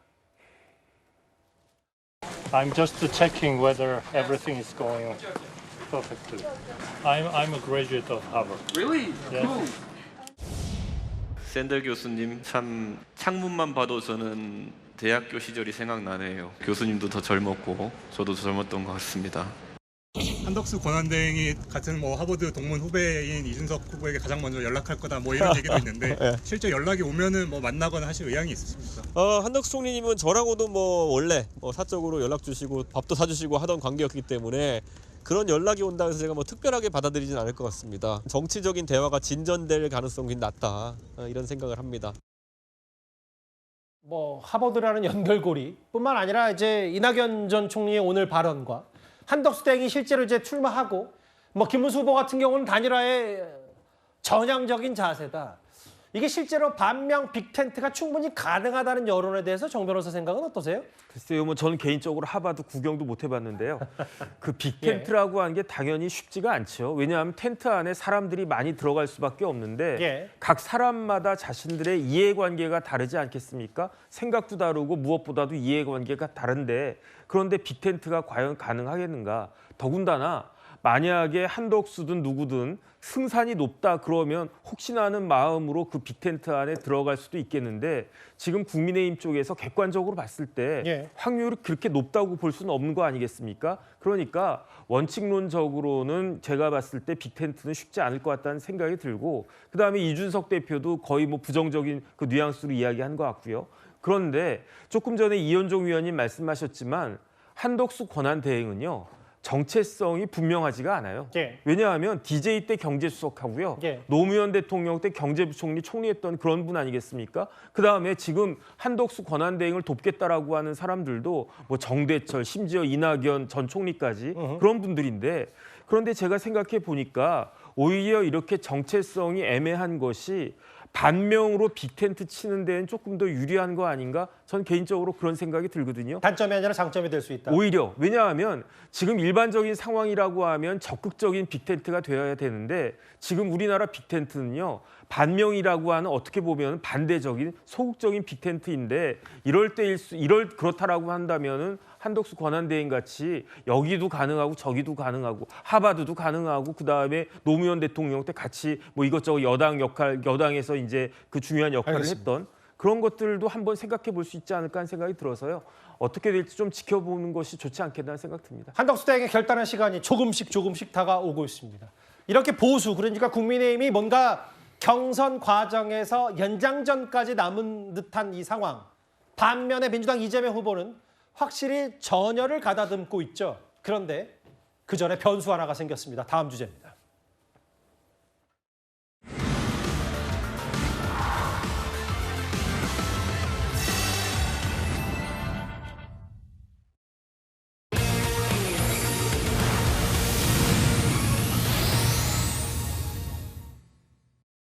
앞서 저희 뉴스톱10 맨 앞부분에 속보로 전해드렸다시피 바로 5월 1일 모레입니다. 이재명 대표의 선거법 항소심 선고, 대법원의 판단이 이틀 뒤면 나오는데 오늘은 다른 재판에 출석했던 그리고 귀가했던 이재명 후보의 목소리부터 먼저 듣고 와서 이 모레 있을 선거법 판단의 파장을 짚어보겠습니다. 대법원 선고 정해졌는데 날짜는 어떻게 보세요? 이례적으로 빠르다는 평가 있거든요. 법대로 하겠지요. 네, 27일 증인신문 때는 출석하시나요? 법대로 하겠지요. 아까 나왔던 이 얘기 먼저 하나하나 살펴보기 전에요. 그 최진영 변호사님 법조인이시니까 전원화재 회부된 지 9일 만에 상고심 선고가 나옵니다. 이렇게 빠른 거 보신 적 있으세요? 상당히 빠른 건 사실인 것 같습니다. 다만 아시다시피 지난번 그 이재명 경기지사 때 2심에서 벌금 300만 원을 받았다가 대법원에 가서 대법원 전원합의체 판결에서 파기환송되면서 정치적으로 생활했던 적 있지 않습니까? 그때 같은 경우에는 전원합의체 회부된 다음에 한 달 만에 판결이 나왔습니다. 그런데 이번 같은 경우에는 전화위원회 판결로 회부된 다음에 거의 뭐 10일이 채 되지 않은 상태에서 나온다는 것은 상당히 속도감이 있다라고 얘기를 하고 싶고요. 다만 그 결과가 어떻게 될지는 누구도 지금 예측하지 못하는 것 같습니다. 뭐 민주당 같은 경우에는 이렇게 빨리 됐으니까 당연히 검찰 상고 기각 아니냐 하는 그런 부분이 있는 것이고 반면에 이렇게 빨리 하는 것은 결국 후보 등록에 들어갈 경우에는 공직선거법에 따를 때 더 이상 후보를 교체하거나 변경할 수 없는 그런 부분이 있기 때문에 유죄로 파기환송 내지 파기자판을 하고 그에 따라서 민주당이 새로이 경선을 하거나 아니면은 2위에게 그 기회를 주려고 한다는 그런 어떤 정치적 고려를 했다. 여러 가지 해석이 있습니다. 저희는 아직 알 수는 없습니다. 하지만 기존의 어떤 그 대법원의 허위사실 공표죄 이런 부분을 봤을 때는 저는 개인적으로 파기 자판 가능성 상당히 높지 않을까 생각을 하는데요. 어쨌든 지금으로서는 굉장히 빨리 선고했는 것은 그만큼 이재명 후보가 본선에 갔을 때 어떻게 보면 그 당선 가능성이 적지 않고 그런 경우에서 나중에 어떻게 보면 대법원의 판결이 선고됐을 경우에는 정치적 불안 이런 부분을 종합적으로 고려한 것은 분명한 것이고 그만큼 그렇게 중요하기 때문에 다른 어떤 사건도 제쳐놓고 이렇게 빨리 선고한 것이라고 저는 생각합니다. 잠깐만요. 최 변호사께 질문 하나 더 드리면 보통 이렇게 빨리 대법원이 판단을 내릴 때는 대법원이 직접 이 결정하는 형량 파기 자판보다 고법으로 돌려보내거나 혹은 그 검찰의 상고를 기각한다라는 건데 최 변호사는 개인적으로 대법원이 직접 형량을 결정해서 혹은 지난번 전부 무죄를 뒤집을 가능성도 배제할 수 없다는 말씀이죠. 저는 여전히 그럴 가능성은 살아있다고 생각합니다. 만약에 그렇지 않다고 하면 빨리 선고해야 될 이유가 없죠. 만약에 무죄 취지로 해서 그냥 그 상고 기각을 한다고 하면은 이렇게 빨리 할 필요는 없는 것이죠. 결국은 조금 더 시간을 두거나 아니면은 지금 대선이 있는 이후에 선고한다 하더라도 이후에 어떤 정치 일정에 아무런 어떤 영향이 없기 때문에 그저 어떻게 보면 그 현직 대통령에 대해서 대법원이 뭐 정치적으로 굴복했다 이런 비판을 있을 수도 있겠지만 만약에 이런 상황 속에서 파기환송하거나 아니면은 무죄를 선고한다 이렇게 하면은 현실적으로 이렇게 빨리 선고를 할 이유가 사실은 없습니다. 그렇기 때문에 이렇게 빨리 한마디로 왜 이 빨리라고 하는 것은 뭡니까? 5월 1일이면은 그 한덕수 국무총리 권한대행도 사표 낼 수 있는 기한이 5월 4일 아닙니까? 그 전 그리고 대법원의 대통령 후보 등록 기간인 5월 중순도 이전이기 때문에 결국은 가급적 빨리 선고를 함으로써 향후의 어떤 정치 일정에 어떤 영향도 미치지 않고 어떻게 보면 정치 일정을 어떻게 보면 순서대로 갈 수 있도록 하는 대법원의 나름대로의 정책적 판단이었다. 그렇다고 하면은 현실적으로 두 가지겠죠. 저는 파기환송 가능성은 오히려 낮고 파기환송 같은 경우는 이제 고법의 판단에 다시 맡기면서 그래요. 그렇게 되면 어떻게 될지 불안정 거니까. 상황이 되는 것이죠. 그렇기 때문에 상고 기각을 통해서 무죄를 해서 이재명 후보에게 날개를 달아주든 아니면은 오히려 파기 자판함으로써 더 이상 정치적 논란이 없애버리는 이 둘 중에 하나의 가능성 오히려 높다고 봅니다. 아무도 사실 예상을 못했을 거예요. 5월 1일 3시에 상고심에 대한 결론, 대법원의 판단이 나올지는 이게 전원합의체 회부된 지 딱 9일 만이고 애써 앞에 지난번에도 말씀드렸다시피 조희대 대법원장이 실제로 재판장 역할을 하는 거기 때문에 과거의 민주당에서는 이례적인 속도전에 대해서 이런 반응이었습니다. 그 목소리도 모아봤습니다. 조희대 대법원장의 의지가 크게 작용한 것으로 판단하고 있습니다. 대통령 보궐선거를 앞두고 원칙을 앞세워 또 다른 변침을 시도한 셈입니다. 대통령 선거를 40일 남겨둔 시점에 대법원이 무리수를 둘 수도 없고 둘 리도 없다고 보고 있습니다. 또한 사법부는 국민 위에 존재하는 기관이 아닙니다. 법원이 판결을 통해 독자적인 정치 행위로 하는 것을 바로 사법의 정치화라고 하죠. 당시 이제 민주당 사람들이 이제 박범계, 박성주 두 의원은 애둘러서 약간의 대법원을 비판하는 듯한 취지의 얘기를 했었는데 최진봉 교수님, 국민의힘은 이런 신속 판결을 환영한다는 입장인 반면에 민주당도 비슷한 취지이긴 한데 무죄를 확신한다. 민주당도 이렇게 공식 입장을 냈네요. 왜냐하면 빠르게 판결을 내린 거잖아요. 그렇게 얘기하기 때문에 보통 이제 대법원에서 결과가 빨리 나오면 상고 기각일 가능성이 있어요. 그럴 가능성이 높기 때문에 그렇다고 보여지고요. 만약에 왜냐하면 2심에서 유죄가 나왔다면 모르지만 2심에서 무죄가 나온 상태에서 이걸 뒤집어서 유죄를 만들려고 하거나 아니면 파기환송을 하려면 시간이 오래 걸릴 수밖에 없습니다. 왜냐하면 조목조목 100페이지가 넘는 2심 판결문에 대한 조목조목 반박도 해야 되고요. 그 논리가 뭐가 잘못됐는지를 확인해야 되기 때문에 시간이 좀 걸릴 수 있고 전원합의체 판사들이 대법원 판사들이 대법관들이 함께 논의하는 과정에 시간이 좀 걸릴 수 있는데 이렇게 빨리 결정을 내린다고 하는 것은 일반적으로 그냥 추측해서 말씀을 드려보면 이거는 상고 기각이 나올 가능성이 있다. 즉 2심 판단에 크게 오류가 없다는 법률심이기 때문에 법률적 판단에 크게 오류가 없다는 판단할 가능성이 높다고 보여집니다.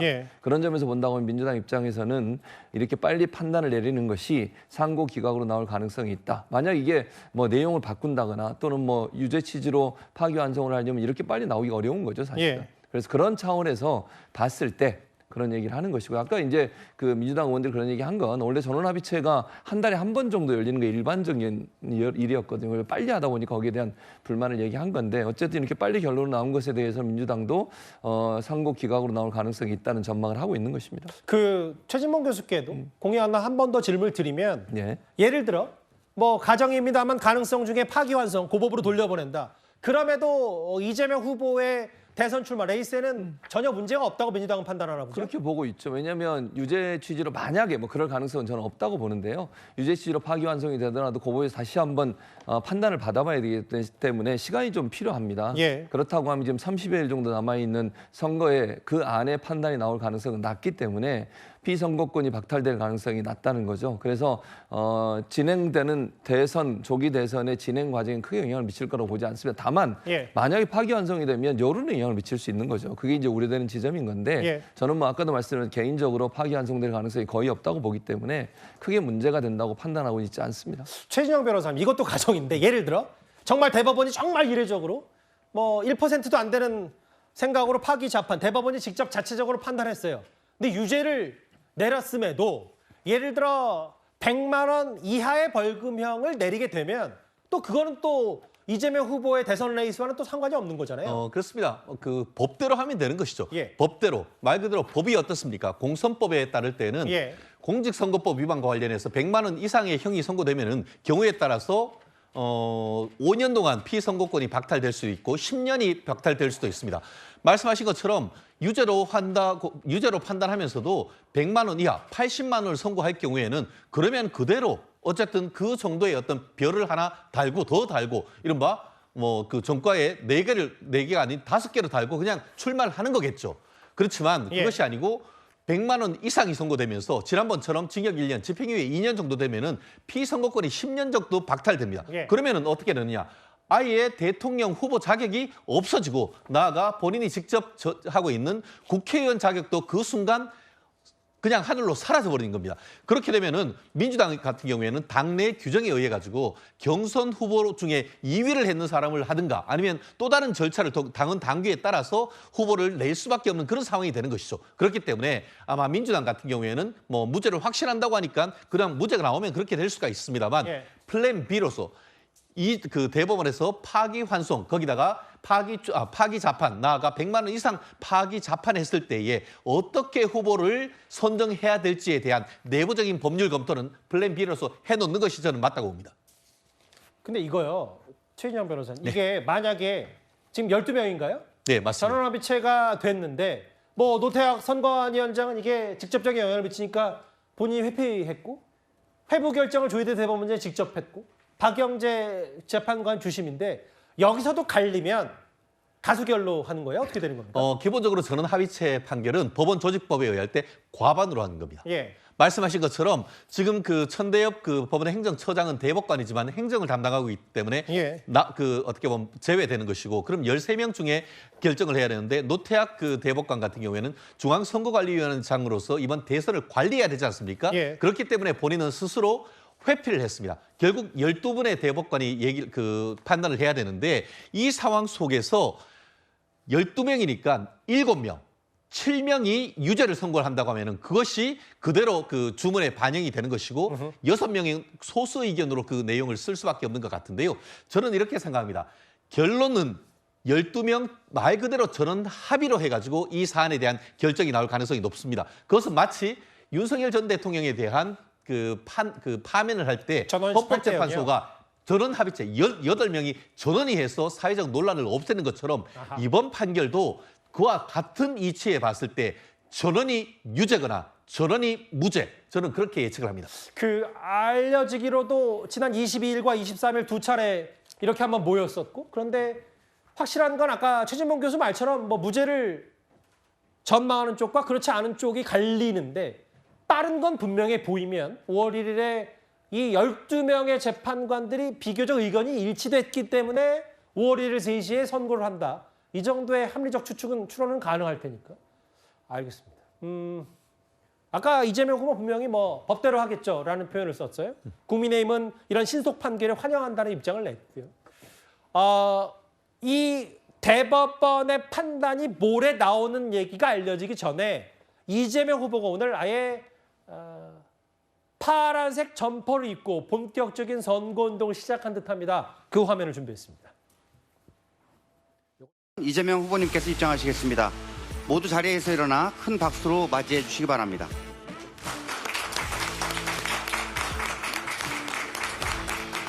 박찬대 직무대행께서 이재명 후보님께 당 점퍼를 입혀드리겠습니다.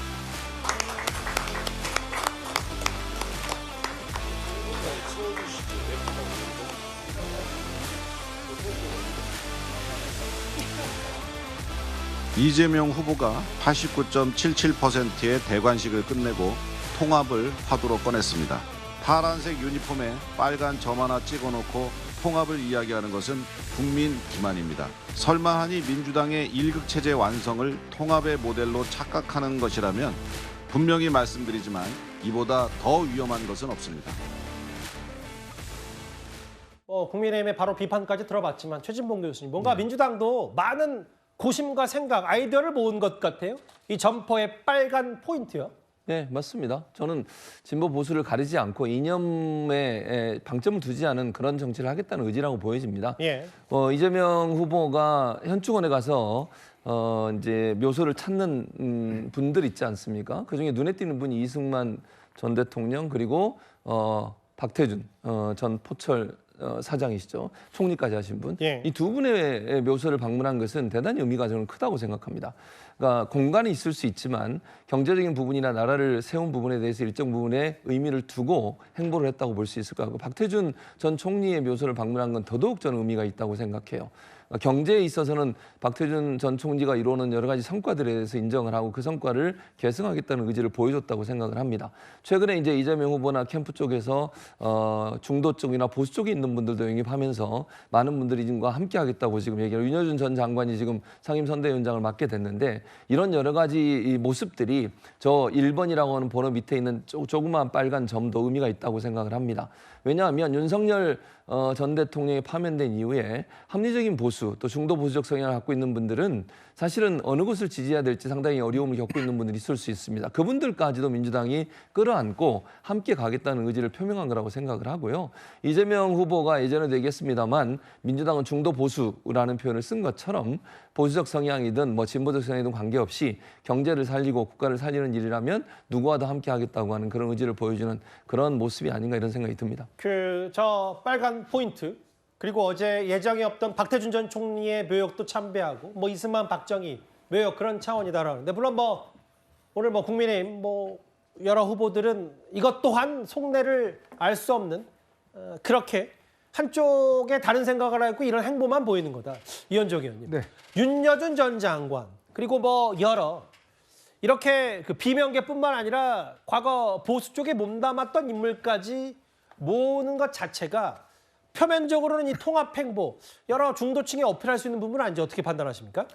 좀 전에 이제 빨간색 뼈 있었는데 노래 가사 중에 그런 게 있죠. 님이라는 글자에 점 하나만 찍으면 남이 되는 뭐 그런 가사가 있지 않습니까?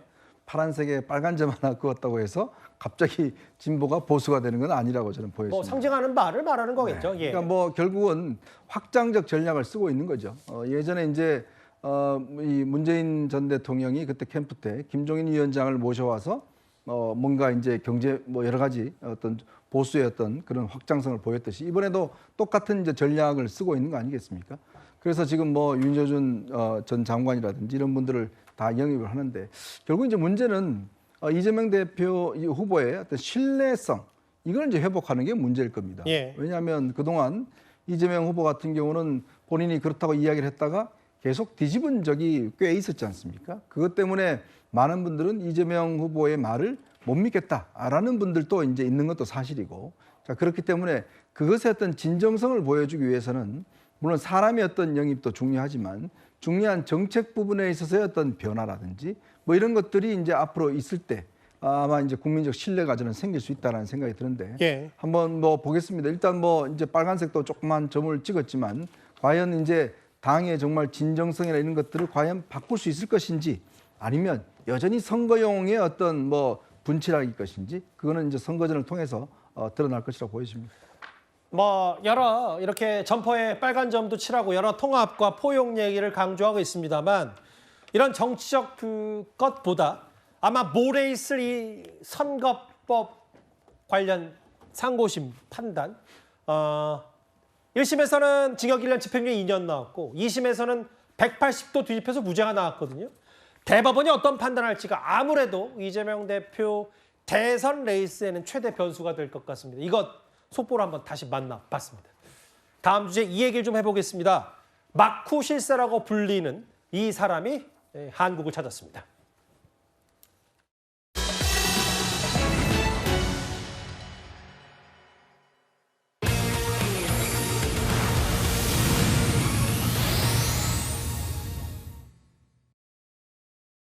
When a would-be assassin tried to kill my father, I believe we saw the hand of God in action. YJ, to all of the sponsors of Build Up Korea, thank you for having the courage. 트럼프 주니어가 많은 인사들을 소개시켜줘서 많은 사람들과 교류하면서 좀 오랜 시간 대화를 나눌 수 있는 시간이 있었습니다. 신세계 정영진 회장과도 친분이 두텁다는 트럼프 대통령의 큰아들 트럼프 주니어가 아버지 임기 초반에 방한을 했습니다. 이게 작년 여름에 우리나라를 찾은 이후에 8개월 만에 방한인데요. 허주원 변호사님. 물론 뭐 김동관 부회장, 네이버 이해진 의장, 이재용 회장 다 만나는데 특히 정영진 회장의 중간다리 역할이 결정적이었더라고요. 그렇습니다. 사실상 정용진 회장의 초청으로 방한을 하는 것이라는 것이 알려지고 있습니다. 정 회장과 이 트럼프 주니어의 사이는 어깨 동무를 할 정도입니다. 사실 이게 굉장히 유력한 어떤 외교적인 결례가 될 수도 있는 부분인데 어깨 동무를 할 정도라는 것은 굉장히 친하다는 얘기거든요. 예. 그런 사진이 공개가 되기도 했었고 서로 YJ 그리고 브로 이런 호영호제, 우리나라 말로 하면 호영호제하면서 애칭으로 부를 정도로 굉장히 가까운 사이입니다. 두 사람이 나이 차이가 한 10살 정도 나기는 하지만 독실한 기독교 신자라는 점과 좋아하는 관심사 이런 것들이 같다는 이유로 친해졌는데 예. 사실 15년 전에 우리나라의 트럼프 주니어가 강연을 위해서 방한을 했을 때 그때 정영진 회장과 첫 대면이 있었다고 하고요. 그리고 한 5년 전에 뉴욕의 유력 인사가 트럼프 대통령과 정영진 회장의 만남을 주선을 했는데 그때 트럼프 대통령이 일이 생겨서 못 나오는 바람에 트럼프 주니어가 대신 나오면서 그때부터 두 사람 인연이 굉장히 돈독하게 시작이 됐다라고 하거든요. 브로맨스다라는 얘기가 나올 정도로 두 사람의 인연이 지금 굉장히 깊은 상황인데 그런데 지금 우리나라 가교 역할을 할 수 있는 채널이 뭐 계엄 사태나 이런 것들 등으로 인해서 사실 그동안 사실 좀 뚜렷하지가 않았었거든요. 그래서 트럼프 행정부가 처음 출범할 때도 정용진 회장에게 어떤 역할을 기대하는 목소리들이 나왔었고 이번 방한도 재계 총수들이 지금 상호 관세 등 문제로 무역 분쟁에 굉장히 예민한 상황인데 정 회장한테 좀 가교 역할을 해달라. 우리가 트럼프 행정부에 좀 얘기할 것을 들어줄 수 있는 채널을 열어달라. 이런 요청이 있어서 이번 이 방한이 성사가 된 것이다. 이런 얘기들이 나오고 있습니다. 트럼프 주니어가 꽤 1박 2일 동안 많은 인사들, 우리 재계 주요 인사들을 만나는데 최전봉 교수님. 네. 사실은 트럼프 대통령도 그렇고 미국의 전직 대통령은 보통 용산에 있는 하얏트 호텔에 묵는 게 대체적이었는데 네. 이번에 보니까 정영진 회장 신세계그룹의 이 호텔에 특정 호텔에 묻는다. 그래서 벌써 기동대까지 투입되고 그렇더라고요. 네, 그렇습니다. 말씀하신 것처럼 이제 일반적으로 그랜드 하얏트에서 많이 묻기는 하지만 이번에 정용진 회장이 직접 초청을 했거든요. 그래서 오기 때문에 아무래도 신세계 그룹에서 운영하는 조선 팰리스 강남에서 머무르지 않을까라고 하는 전망이 나오고 있습니다. 총 객실수가 254개고 최상급 호텔이기 때문에 묵는 데는 전혀 문제가 없을 것 같고요. 일개 기동대 60여 명 정도의 경찰이 일단 경호를 하게 돼 있습니다. 왜냐하면 트럼프 주니어 같은 경우에는 경호 대상이 될 수 있다고 보고요. 경호를 해야 된다고 보는데 왜냐하면 당일날 어떤 계획이 있냐면 집회가 지금 신고돼 있는데 집회 내용이 뭐냐면 환영 집회가 있습니다. 그런데 환영 집회를 하더라도 혹시나 어떤 불상사가 생길 수 있으니까 사람이 많이 모일 수 있는 곳에서는 기동대가 출동을 해서 방어를 하게 돼 있고요. 또 기습적으로 반대 시가 일어날 가능성도 전혀 배제할 수 없기 때문에 경찰은 촉각을 곤두세우고 일개 기동대 60여 명을 동원해서 경호를 강화할 계획으로 알려지고 있습니다. 알겠습니다. 이게 지금 전 세계가 이 관세 전쟁, 트럼프 대통령발 관세 전쟁에 뒤흔들리고 있기 때문에 마쿠 실세라라고 불리는 큰아들의 방한이 글쎄 어찌 보면 아버지의 방한보다도 더 일단은 초미의 관심사일 수가 있어요. 정리를 해봤습니다. 다음 주에 얘기를 가볼 텐데요. 여전히 파문이 식지 않고 있습니다.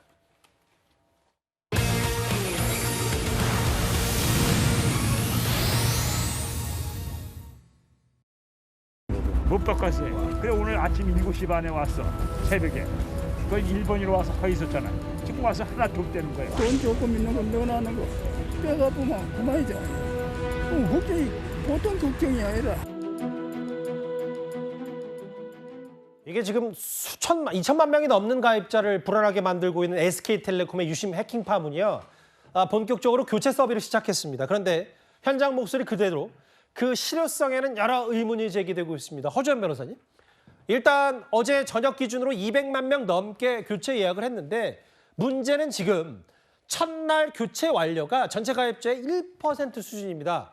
이게 앞으로 꽤 오랜 시간이 걸리겠어요? 지금 언제 이 유심을 모두 교체할 수 있을지에 대한 기약조차 예상조차 하기 어려운 상황입니다. 기존에 확보되어 있던 물량은 100만 개뿐이고 다음 달 말까지 확보할 수 있는 물량도 500만 개라고 하는데 지금 가입자는 2,300만 명입니다. 물론 1차 조사를 해봤더니 이 단말기 식별 코드는 빠져나가지 않아서 이걸로 이른바 심스와핑이라고 불리는 유심을 통한 복제폰의 이용 이런 것들이 쉽지 않은 상황이라고 보도가 나와서 그나마 좀 한시름 놓은 상황이긴 하지만 유심을 모두 교체하기 전까지는 위험에 노출되어 있을 가능성을 배제를 할 수가 없거든요. 그러다 보니까 모두 다 지금 예약도 걸고 유심 교체를 위해서 신청을 하고 희망을 하고 있는 상황인데 디지털 취약계층 같은 노인분들이나 이런 거 잘 모르는 분들 이런 분들은 이거를 어떻게 신청해야 되는지도 몰라서 그냥 소외가 될 가능성도 있고 그리고 2,300만 명이라고 해서 유심이 2,300만 개가 필요한 게 아니고요. 태블릿 PC, 그다음에 스마트워치 이런 것들 사용하는 분들도 있는데 거기 들어가는 유심까지 예약 신청하면 한꺼번에 교체할 건지 묻거든요. 그러면은 그거 클릭한다고 하면 한 사람당 여러 개를 교체를 한다고 하면 2,300만 개가 아니라 그거보다 훨씬 상회하는 수준의 새로운 유심이 필요하다는 거예요.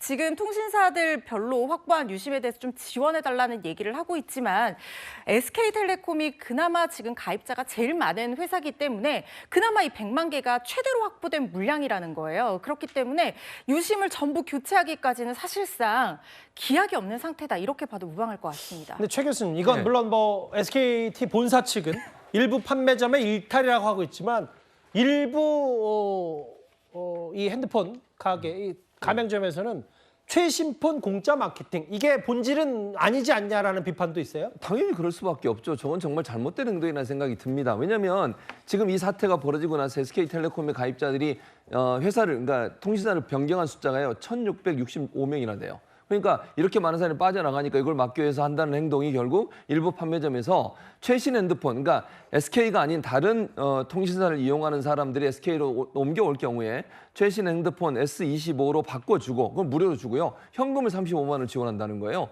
이건 정말로 잘못된 행동입니다. 이런 방식으로 해서 다른 회사 나가려고 하는 사람들이 아니라 다른 회사에 있는 사람을 끌어오겠다는 전략을 쓰고 있는데 실제로 이 광고가 나간 다음에요. 일요일 휴일임에도 불구하고 30분 이상 기다릴 정도로 많은 사람들이 오피스텔 앞에 줄을 섰다는 겁니다. 이런 행동들 때문에 더 비판이 커지고 있고 SK는 이런 대리점에서 관리를 해야 돼요. 이런 대리점이 있다고 하면 SKT가 어쨌든 비판을 받을 수밖에 없는 것이니까 이런 일탈 행위들이 일어나지 않도록 조치를 취해야 될 걸로 보여집니다. 알겠습니다. 이게 시간이 꽤 걸릴 것 같아서 SKT의 유심 해킹 파문 이게 좀 전반적인 왜 피해자들이 왜 본인들의 고생을 사서야 되냐는 비판도 동시에 나오기 때문에 저희가 한번 주목을 해봤습니다. 그럼 지금까지 들어온 여러분들의 목소리를 만나볼까요? 첫 번째 댓글입니다. 그러게요. 반탄 찬탄 김문수 대 한동훈 이 대결 구도가 됐다고 하셨어요. 자연인 홍준표가 돼도 홍카콜라는 계속해 주세요. 정계 은퇴는 하더라도 여러 목소리를 꾸준히 내달라는 의견이신 것 같습니다. 이례적인 신속 판결이 독일까 약일까 이재명 대표의 선거법 위반 말씀하시는 것 같고요. 예. 야비한 술수로는 못 이긴다. 반칙은 반대한다고 하셨습니다. 마지막 보겠습니다. 대통령이 영어 잘하는 것도 큰 자산이다. 근데 이제 누구를 특정하는 건 아닌 것 같아요. 영어 잘하시는 대권주자들이 꽤 많기 때문에 댓글 5개 모두 감사드립니다. 다음 주에는 오늘 온라인에서 굉장히 회자가 됐던 이 이슈가 있습니다. 바로 한번 만나보겠습니다.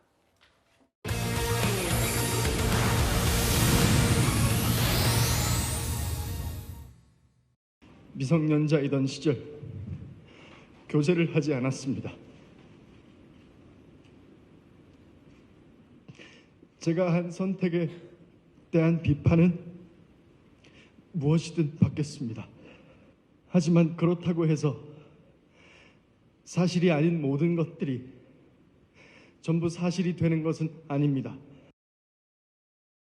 그 일부 언론 보도에 따르면 사생활 논란의 김수현 씨가 광고 업체로부터 소송을 당했다는 주장이 나왔어요, 하 변호사님? 그렇습니다. 30억 피소됐다라고 하고 있고 김수현 씨 소속사 측에서는 아직 소장 송달을 받지 않은 상황인지 확인된 바 없다라는 입장이기는 하지만 관계자에 따르면 앞으로 줄 소송이 예고되어 있다 이런 얘기도 나오고 있습니다. 왜냐하면 김수현 씨가 15개 브랜드의 모델을 하고 있었거든요. 그런데 이게 손해배상액이 예정이 되어 있다 하더라도 부당하게 과다한 경우에는 법원에서 감액될 여지가 있고 특히 미성년자와 교제를 한 게 맞다라고 하더라도 광고 계약 기간이 아니라고 하면 책임이 좀 경감될 여지도 있지만 만약에 지금 보시는 기자회견에서 거짓 회견으로 논란을 증폭시켰다면 이 부분도 책임이 인정될 여지도 있거든요. 알겠습니다. 실질적인 결과는 재판 결과를 지켜봐야 될 것 같다는 생각이 듭니다. 10가지 뉴스 다 전해드렸습니다. 화요일 뉴스탑10 준비한 소식은 여기까지입니다. 곧바로 뉴스에이도 이어지니까요. 많은 시청 바랍니다. 여러분 고맙습니다.